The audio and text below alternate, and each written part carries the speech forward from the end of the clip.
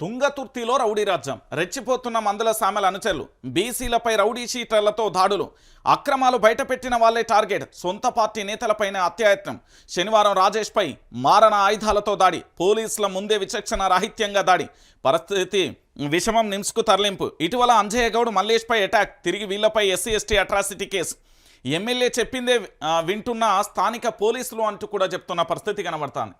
ఏంటి మందుల సామెల్ ఈయన గురించి నేను చాలా చెప్పాలి, ఎందుకంటే చాలామంది మా మిత్రులు ఈయన గురించి ఏంది అంటే ఏం లేకున్నా కానీ బాగా హైలైట్ చేస్తారు.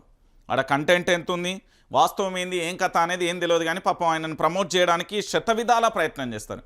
అది మామూలుగా కాదు, ఒకళ్ళు ఇంటర్వ్యూలతోని, ఒకరు ఏంది దాంతోపాటు మాక్ లైవ్లతోని రకరకాలుగా మందుల సామెల పేరు రాగానే, ఆ నియోజకవర్గం రాగానే ఇక మొత్తం అగ్గి మీద గుగ్గిలమవుతారో లేకపోతే వీళ్ళకే పూనకాలు వస్తాయో నాకు తెలియని పరిస్థితి అయితే కనబడుతుంది.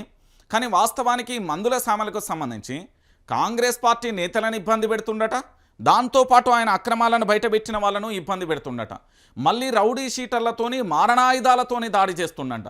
ఒక ఎమ్మెల్యే అనుచరులకు సంబంధించి ఎమ్మెల్యే ఆయన అనుచరులను ఏ విధంగా పెట్టుకోవాలి? అరే భయ్, మనం రాక అధికారంలోకి వచ్చినాం భయ్, మనం అభివృద్ధి చేయాలనే కోణాన్ని పక్కన పెట్టి అక్రమార్జనే ధ్యేయంగా, అక్రమార్జనే లక్ష్యంగా పూర్తి స్థాయిలో ఆయన పావులు కలుపుతున్న పరిస్థితి కనబడుతుంది. గతంలో మా మిత్రుడు కూడా ఒక మాట చెప్పాను, మందుల సామెల్ నీ వీడియో నా దగ్గర ఉన్నది అన్నాడు. అన్న 24 గంటల్లోనే ఆ వీడియో మొత్తం బయట ప్రపంచానికి కూడా వచ్చిన పరిస్థితి కనబడింది.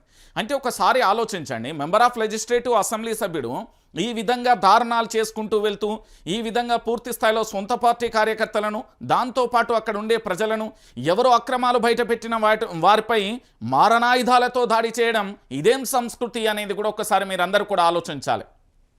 ఒకసారి చూద్దాం అసలు ఏం జరిగింది.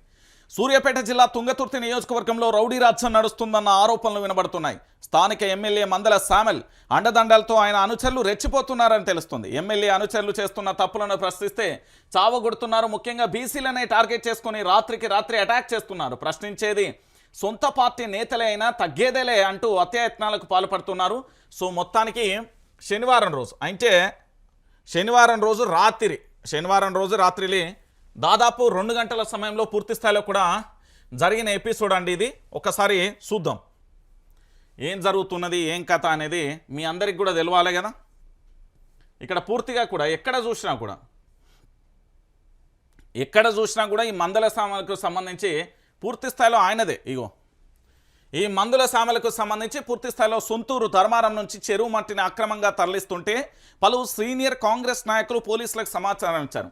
అయితే ఈ విషయంపై పోలీసులు